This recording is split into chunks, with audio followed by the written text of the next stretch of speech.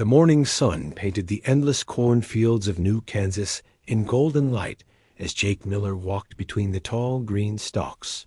His boots made soft sounds on the dirt path that ran through his property. The corn was growing well this season and would be ready for harvest in just a few weeks. Jake had been farming this land for 15 years now and knew every inch of the 3,000 acres that belonged to his family, his wife. Mary was already up and working in the barn where they kept their cattle. She had always been in early. Riser and Jake could hear her humming an old Earth song while she worked.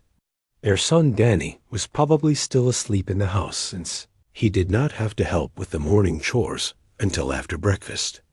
The boy was 17 now and strong enough to handle most of the heavy work around the farm.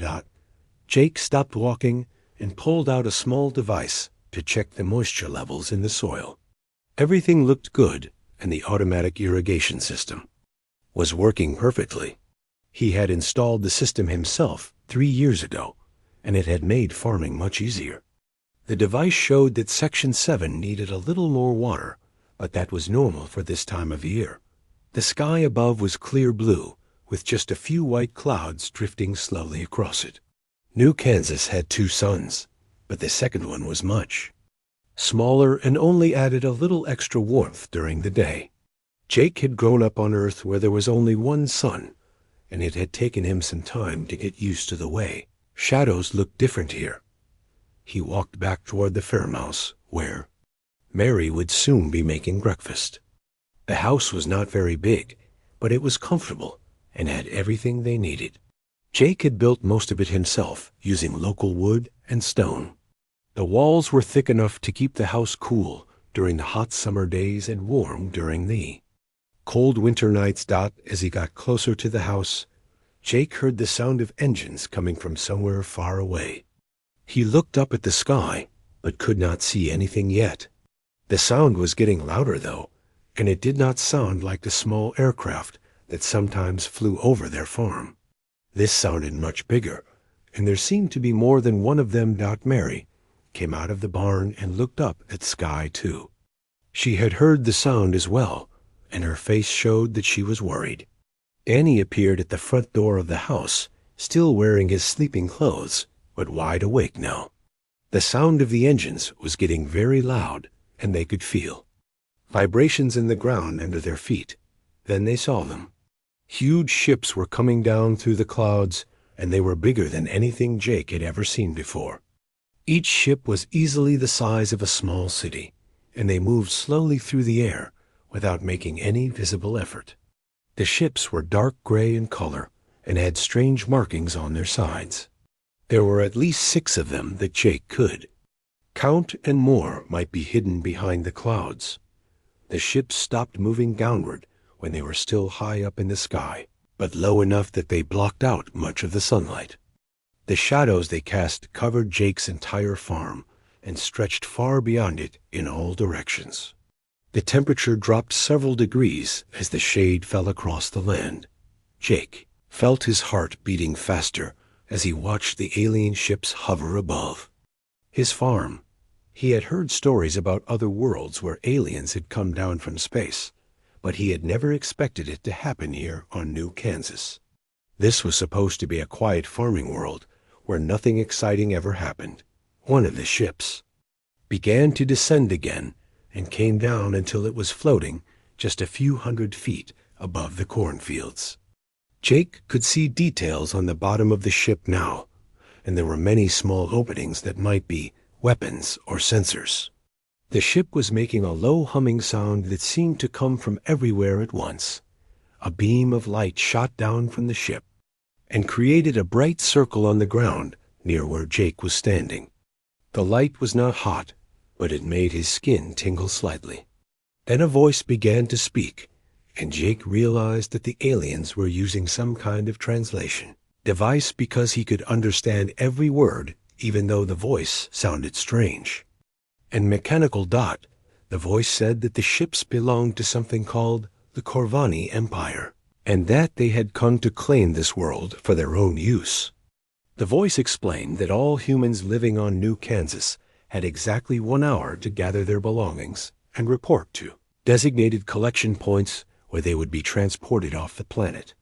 Any humans who did not comply would be eliminated, along with any structures or equipment they left behind. Jake looked at Mary and Danny, who were both staring up at the alien ship with fear in their eyes. His wife had moved closer to their son and put her arm around his shoulders. Jake felt anger rising in his chest as he thought about what the aliens were demanding. This was his farm and his home, and he was not going to let anyone take it away from him. The alien voice continued speaking and said that resistance was useless because the Corvani Empire had conquered hundreds of worlds and had never been defeated. A voice said that humans were a primitive species that had nothing the Empire wanted except the land itself. The aliens planned to remove all traces of human settlement and turn New Kansas into a farming world for their own use. Jake stepped forward into the circle of light and looked up at the bottom of the alien ship. He cupped his hands around his mouth and shouted as loud as he could so that the aliens would hear him clearly. He told them that this was his farm and his land, and that his family had worked hard to build their life here.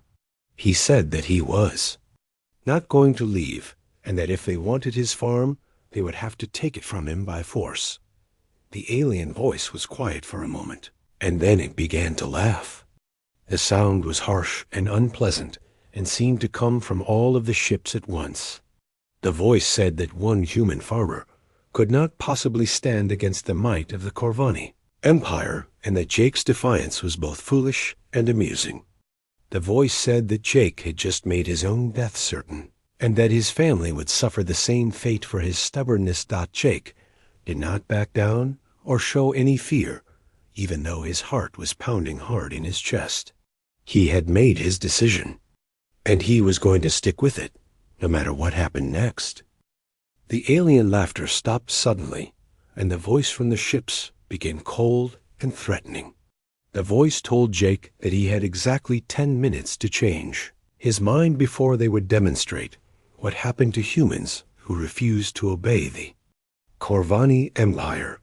Jake looked up at the massive ships and felt no fear, even though he knew they could destroy his farm in seconds, if they wanted to. What the aliens did not know was that Jake Miller was not just a simple farmer who grew corn, raised cattle. 20 years ago, he had been Captain Jacob Miller of the Human Colonial Defense Force and had fought in some of the bloodiest battles of the Centauri Wars. He had commanded 3 different starships and had never lost a single engagement against enemy forces. Jake had retired from military service after the wars ended because he was tired of fighting and wanted to live a peaceful life with his family. But even though Jake had left the military behind him, he had never really stopped being a soldier. When he first came to New Kansas and bought this land, he had made sure to prepare it for the possibility that war might come to this quiet farming world someday. Jake had spent years building hidden defenses and installing equipment that looked like normal farming tools, but could be turned into weapons if necessary. The irrigation system that watered his cornfields was much more than it appeared to be. Hidden inside the network of pipes and pumps were sensors that could detect incoming spacecraft from 3 solar systems away. Jake had known about the Corvani ships for 6 hours before they appeared in the sky above his farm. The sensors had tracked their approach and analyzed their speed and course to determine exactly when and where they would arrive. The grain silos that stood near the farmhouse looked like simple storage buildings, but they contained enough military equipment to arm a small army. Jake had collected weapons and supplies over the years and had hidden them in places where no one would think to look. The silos contained plasma rifles, explosive charges, communication devices, and enough ammunition to fight a long battle against any enemy force. Even his cattle were not what they seemed to be. Jake had spent a fortune on bioenhancement technology that made his animals much more than simple livestock. Each cow had tiny implants that connected to a network that could gather information and send it directly to computers hidden throughout the farm. The cattle could detect movement, heat signatures, and electromagnetic emissions from anywhere on Jake's property and for several miles beyond it. Mary knew about all of these preparations because she had helped Jake plan and build them over the years. She had also served in the Colonial Defense Force as a communications specialist and knew how to operate every piece of equipment that Jake had installed. Right now she was walking toward the farmhouse, but she was not running away from the alien ships like they probably expected her to do. Instead, Mary was going to the hidden control room that Jake had built beneath their kitchen. The room contained computers and communication systems that could coordinate the defense of the entire farm and contact human military forces anywhere in this part of the galaxy. Mary had already sent an emergency message to the nearest human Defense Fleet base and had received confirmation that help was on the way. Danny was not just a teenager who helped with farm work either. He had been training with his parents since he was old enough to walk and knew how to use every weapon and piece of equipment on the farm. Danny was currently running toward the barn, but not because he was scared of the alien ships. He was going to activate the automated defense systems that Jake had installed throughout the property. The barn itself was another carefully designed deception. It looked like a simple building where they kept their farming equipment, but it actually contained a hidden hangar with 3 military-grade fighter aircraft that Jake had purchased from a weapons dealer who asked no questions. The fighters were old, but they had been completely rebuilt with the most advanced systems that Jake could afford. Jake looked at his watch and saw that 8 minutes had passed since the aliens gave him their ultimatum. He walked slowly toward the irrigation control panel that stood near the edge of his cornfield. To anyone watching from above, it would look like he was just checking on his watering system, but Jake was actually preparing to activate the hidden defenses that would turn his peaceful farm into a military fortress. The Corvani ships were beginning to move into attack positions, and Jake could see smaller craft launching from the main vessels. These were probably troop transports that would land on his property and attempt to capture or kill his family. The aliens clearly thought that overwhelming force would be enough to deal with one human farmer and his family. Jake pressed a sequence of buttons on the irrigation control panel and felt the ground vibrate slightly as hidden systems throughout his farm began to come online. Weapons that had been disguised as farming equipment started to reveal their true nature. Defense platforms that had been buried underground began to rise up through the soil. Sensor networks that had been silent for years suddenly filled the air with invisible beams that could track every movement of the approaching enemy forces. Mary's voice came through the tiny communication device that Jake wore in his ear. She told him that all systems were ready and that Danny had reached his position in the barn. She also said that the human defense fleet had received their emergency signal and that Admiral Carter herself was leading a rescue force that would arrive in 6 hours. Jake smiled when he heard that name because Lisa Carter had served under his command during the Centauri Wars and was one of the best tactical officers he had ever known. But Jake did not plan to wait 6 hours for rescue to arrive. He had spent 15 years preparing this farm for exactly this kind of attack, and now it was time to show the Corvani Empire what happened when they made the mistake of threatening his family and his home.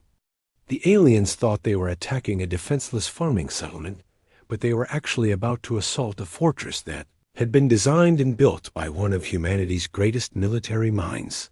Jake looked up at the alien ships one more time and spoke quietly into his communication device. He told Mary and Danny that it was time to begin and that they should remember everything he had taught them about fighting and surviving. Then he activated the final sequence that would transform his corn farm into a battlefield where the mighty Corvani Empire would learn that humans were much more dangerous than they appeared to be. The first Corvani troop transport touched down in Jake's cornfield and immediately began unloading soldiers onto his property. The aliens were tall and thin with gray skin and wore dark armor that covered their entire bodies. They carried weapons that looked like rifles but fired beams of energy instead of bullets. Jake counted at least 30 soldiers coming out of the first transport, and he could see 2 more ships preparing to land nearby. The Corvani commander was giving orders to his troops through some kind of communication system, and Jake could hear the alien voices, even though he could not understand their language without the translation device. The soldiers were spreading out across his field and moving toward the farmhouse in a careful formation that showed they had military training and experience. What the aliens did not expect was for the cornfield itself to suddenly become their enemy. Jake pressed another button on his control panel and watched as hidden charges exploded throughout the area where the Corvani soldiers were walking. The charges had been buried under the soil for years and were designed to create maximum confusion and damage when activated. Dirt and pieces of corn plants flew through the air as the explosions went off one after another. Several of the alien soldiers were caught in the blasts and fell to the ground, while others scrambled for cover behind whatever they could find. The Corvani commander was shouting new orders, but his carefully organized attack had already turned into chaos. Jake had spent years learning every inch of his property and knew exactly where to place the charges for maximum effect. Before the aliens could recover from the first surprise, Jake activated the second phase of his defense plan. What looked like ordinary irrigation sprinklers throughout the cornfield suddenly began shooting streams of plasma fire instead of water. The hidden weapons had been disguised as farming equipment for so long that even Jake sometimes forgot they were there. Now they revealed their true purpose as they began cutting down Corvani soldiers who thought they had found safe places to hide. The barn doors suddenly exploded outward, and Danny emerged piloting one of the hidden fighter aircraft. The young man had been training to fly the fighters since he was 14 years old and could handle them almost as well as his father. The aircraft was small and fast and had been equipped with the most advanced weapons that Jake could buy on the black market. Danny flew his fighter low over the cornfield and began attacking the Corvani troop transports with precision-guided missiles. The first transport exploded in a ball of fire that sent pieces of metal flying in all directions. The second transport tried to take off and escape, but Danny was ready for that and destroyed it before it could get more than a few feet off the ground. The Corvani soldiers who were still alive began firing their energy weapons at Danny's fighter, but the aircraft was too fast and maneuverable for them to hit. Jake had taught his son to use the terrain to his advantage, and Danny was flying so low that he was almost touching the tops of the corn plants as he made his attack runs. Meanwhile, Mary had activated the automated defense systems from her hidden control room beneath the farmhouse. Turrets that had been disguised as grain storage tanks began rising up from underground positions all around the farm property. Each turret was equipped with rapid-fire weapons that could track multiple targets at the same time and fire with deadly accuracy. The turrets began shooting at the remaining Corvani soldiers, and the aliens found themselves caught in crossfire from multiple directions. They had expected to fight one farmer with primitive weapons, but instead they were facing a coordinated defense system that seemed to know exactly where they were at all times. Every time they tried to find cover, they discovered that what looked like farm equipment was actually a weapon in disguise. Jake himself was moving through his own cornfield like a ghost who knew every secret path and hiding place. He carried a plasma rifle that he had taken from his hidden weapons cache and used his knowledge of the terrain to stay invisible while he picked off alien soldiers one by one. The Corvani troops were trained for conventional warfare, but they had no experience fighting against an enemy who could disappear into familiar territory and strike from unexpected directions. The alien commander was becoming desperate as he watched his invasion force being systematically destroyed by what was supposed to be a simple farming family. He called for support from the ships that were still hovering in the sky above the battle and ordered them to begin bombing the farm buildings. The commander thought that destroying Jake's home would force the humans to surrender, or at least drive them out into the open where they could be killed more easily. But Jake had prepared for this possibility too. As soon as the Corvani ships began charging their weapons, Mary activated the farm's shield generators. The generators had been hidden inside what looked like ordinary farm buildings, but they were powerful enough to protect the entire property from orbital bombardment. When the alien ships fired their energy beams, the shields absorbed the attacks and scattered the energy harmlessly into the atmosphere. The Corvani commander could not believe what he was seeing. His superior technology and overwhelming numbers were being defeated by humans who should have been helpless against the might of the Empire. The commander had conquered dozens of worlds and had never encountered resistance like this from any species. He began to wonder if the Empire had made a serious mistake by attacking this particular planet. Jake's modified farming equipment was now revealing its true nature as military hardware. The combine harvester that he used to gather his corn crops rolled out of its hiding place with its cutting blades replaced by rotating cannons that fired explosive shells. The crop-dusting aircraft that Danny had used to spray fertilizer on the fields now dropped cluster bombs on the remaining Corvani positions. Even the cattle were playing their part in the battle. The bio-enhanced animals were sending constant information about enemy movements to the farm's computer systems and helping to coordinate the automated defenses. The cows had thermal sensors that could detect alien soldiers even when they were hiding behind cover, and electromagnetic sensors that could track their weapons and communication devices.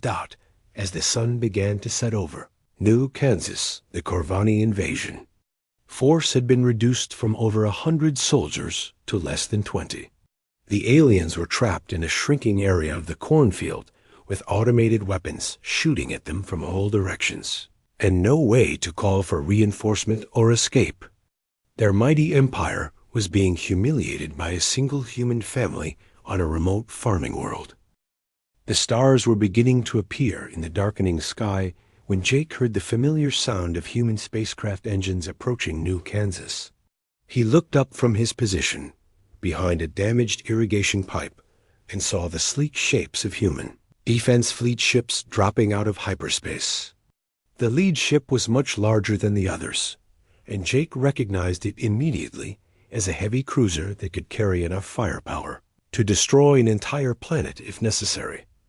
Admiral Lisa Carter's voice came through Jake's communication device, and her tone showed both relief and amazement at what she was seeing. She told Jake that her sensors were showing massive damage to the Corvani fleet and asked if he and his family were safe. Jake replied that they were all fine and that the alien invasion force had been almost completely eliminated. He could hear other voices in the background as Carter's bridge crew tried to understand how one farming family had managed to defeat the mighty Third Fleet of the Corvani Empire. The Corvani ships that were still floating above Jake's farm began moving away as soon as they detected the approaching human warships. The alien commander was requesting immediate evacuation for his remaining ground forces, but Jake's defense systems were still active, and any transport that tried to land would be destroyed before it could rescue the trapped soldiers. The Corvani were discovering that retreat was just as dangerous as attack when facing an enemy who controlled the battlefield completely.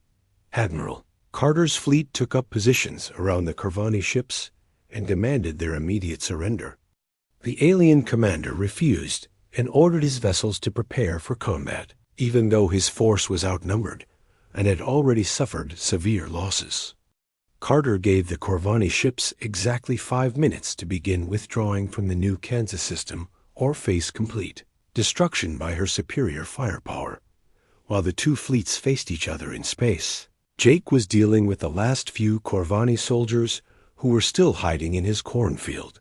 The aliens had stopped trying to fight and were now just trying to survive until their ships could rescue them. But Jake's automated weapons continued to track their movements and made it impossible for them to find any real safety anywhere on.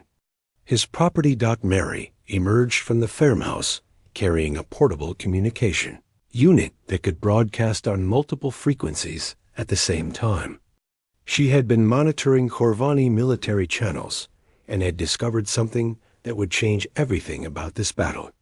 The aliens had been recording everything that happened during their failed invasion, and the recordings were being transmitted automatically to other Corvani fleets throughout the galaxy. Jake realized immediately what this meant for humanity and for the war that might be coming. The Corvani Empire would now know that humans were much more dangerous than they had believed, and that even isolated farming settlements could be defended by people with military training and advanced weapons. The element of surprise that had given humans an advantage in previous conflicts would be lost if the aliens learned too much about human capabilities. But Mary had found a way to turn this problem into an opportunity. She had managed to hack into the Corvani communication systems and could now control what information was being sent to the rest of their empire. Instead of just showing the defeat of the invasion force, she could edit the recordings to make it look like the humans had used much more advanced technology and had many more defenders than they actually possessed. Jake approved Mary's plan, and she began broadcasting false information that would make the Corvani believe that every human settlement was protected by massive defense systems and trained military personnel. The recordings she sent showed fake images of hundreds of human soldiers and advanced weapons that did not really exist.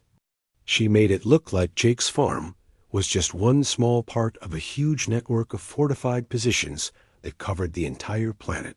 Admiral Carter contacted Jake again and asked for a full report on what had happened during the invasion. Jake gave her a brief summary, but did not mention all of the details about his hidden preparations or his military background. He wanted to keep some information secret in case other alien forces decided to test human defenses in the future. Carter told Jake that she recognized his voice and his tactical methods from somewhere, but could not remember exactly where. Jake remained silent and let her think about it while he watched the Corvani ships beginning to move away from New Kansas. The alien commander had apparently decided that discretion was better than valor, and was ordering his fleet to withdraw rather than face the human warships in direct combat. As the Corvani ships prepared to jump to hyperspace, Carter suddenly realized who she was talking to. Her voice became excited as she remembered serving under Captain Jacob Miller during the Centauri Wars and learning tactical warfare from one of the greatest military minds in human history. She asked Jake why he had never told anyone that he was still alive, and what he was doing on a remote farming world like New Kansas. Jake explained that he had retired from military service because he was tired of fighting and wanted to live peaceful life with his family. He said that he had chosen farming because he thought it would be a quiet occupation that would keep him away from wars and battles. Carter laughed and pointed out that his definition of peaceful farming seemed to include destroying entire alien invasion fleets with hidden weapons and automated defense systems. The last Corvani ship disappeared into hyperspace, and the immediate threat to New Kansas was over. But Jake knew that this battle was just the beginning of something much larger. The recordings that Mary had sent would reach other parts of the Corvani Empire within days, and would cause panic among alien commanders who thought they understood human military capabilities. Jake looked at his ruined cornfield and calculated how much work it would take to repair the damage and plant new crops for next season. The irrigation system would need to be rebuilt, and many of the hidden weapons would have to be replaced or repaired. But the most important thing was that His family was safe, and his farm was still his own property. Danny landed his fighter aircraft near the barn and climbed out with a huge smile on his face. The young man had performed perfectly during his first real combat mission, and had proven that all of his training had been worthwhile. Mary came out of the farmhouse and hugged both Jake and Danny while Admiral Carter's ships began patrolling the area to make sure no other alien forces were approaching the planet. 3 weeks had passed since the Corvani attack, and Jake was standing in his cornfield, watching the new plants grow where the old ones had been destroyed. The soil was rich and fertile, and the young corn was already several inches tall. Mary had helped him replant the entire field, and they had worked from sunrise to sunset every day to repair the damage from the battle. Admiral Carter had left 2 of her ships in orbit around New Kansas to watch for any other alien threats, but so far the space around the planet had remained quiet and peaceful. The Corvani Empire had not sent any more fleets to test human defenses, and there were reports from other human worlds that alien activity had decreased significantly throughout this entire region of the galaxy. The false information that Mary had broadcast during the battle was having exactly the effect that Jake had hoped it would have. Corvani commanders were now convinced that every human settlement was protected by advanced military technology and experienced soldiers who could turn any attack into a disaster for the invading forces. The recordings of Jake's farm defense had been analyzed by alien intelligence experts, who concluded that humans were far more dangerous than anyone had previously believed. Danny was working on repairing the automated defense turrets that had been damaged during the fighting. The young man had become very skilled with electronic systems and could fix almost any piece of equipment on the farm. He had also been practicing with the fighter aircraft and was now qualified to pilot all 3 of the planes that Jake kept hidden in the barn. The communication device in Jake's pocket began beeping with an incoming message from somewhere far away. He pulled out the device and saw that the call was coming from his neighbor Bill Henderson, who lived on a farm about 50 miles to the south. Bill's voice sounded worried as he explained that he had been hearing rumors about possible alien attacks on other human worlds and wanted to know if Jake could help him prepare defenses for his own property. Jake agreed to visit Bill's farm the next day and help him plan a defense system that would protect his family and livestock. He knew that word was spreading throughout the farming communities on New Kansas about what had happened during the Corvani attack.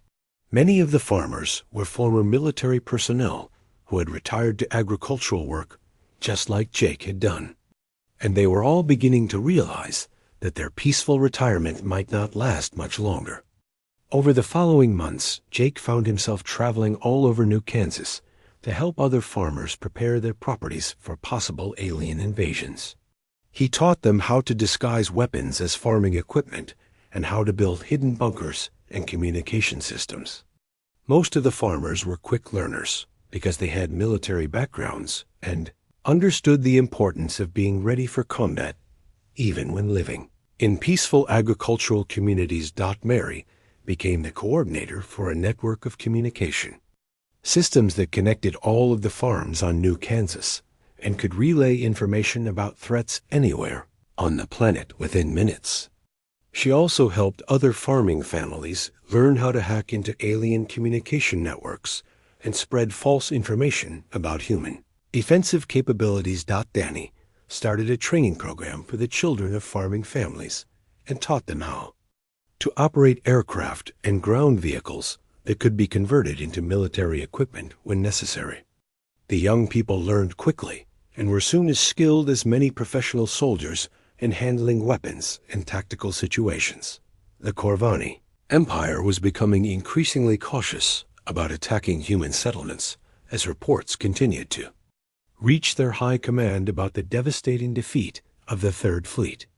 The alien leaders began to question whether conquering human space was worth the enormous cost in ships and personnel that would be required to overcome such well-prepared defenses. other alien species that had been watching the conflict between humans and the Corvani began to reconsider their own plans for expansion into human territory. The recordings of Jake's farm defense were being studied by military analysts throughout the galaxy, and the conclusion was always the same. Humans appeared to be a species that prepared for war, even when they seemed to be living peaceful civilian lives. 6 months after the attack, Jake received a visit from Admiral Carter, who brought news from other parts of human space. She told him that the Corvani Empire had officially declared human territory to be off limits for future expansion and had withdrawn all of their exploration fleets from the border regions. Other alien governments were following the Corvani example in avoiding contact with human settlements whenever possible. Carter also brought word that the human Defense Force was offering Jake a promotion to general rank and a position as head of planetary defense planning for the entire frontier region. Jake listened to the offer carefully, but decided to decline the promotion and remain on his farm with his family. He said that he had already done his part for human defense, and that he preferred to continue growing corn and raising cattle on New Kansas. But Jake did agree to serve as an unofficial advisor to other farming communities that wanted to prepare their own defenses against possible alien attacks. He would continue to help his neighbors learn how to protect themselves and their families, while maintaining the appearance of being simple agricultural workers who posed no threat to anyone. The Corvani Empire never returned to New Kansas and eventually signed a formal peace treaty with humanity that recognized the boundaries between their territories. The treaty included a clause stating that both species would avoid interfering with the other's agricultural settlements and would respect the right of farmers to defend their property against any threats. Jake's farm became famous throughout human space as the place where one family had defeated an entire alien invasion fleet. Visitors came from other worlds to see the battlefield and learn about the defensive systems that had made the victory possible. Jake usually welcomed the visitors and showed them around his property, but he always emphasized that the most important defense was being prepared for trouble before it arrived. Years passed, and Jake continued to grow corn and raise cattle on his peaceful farm. His fields were green and productive, and his family was happy and healthy. But hidden beneath the surface of his agricultural paradise, the weapons and defensive systems remained ready to activate at a moment's notice if any new threats appeared in the sky above New Kansas. The galaxy had learned an important lesson about humanity from the battle at Jake Miller's farm. Humans might look like peaceful farmers or simple civilians, but they were always soldiers first, and they would fight to defend their homes with skill and determination that no alien empire could overcome.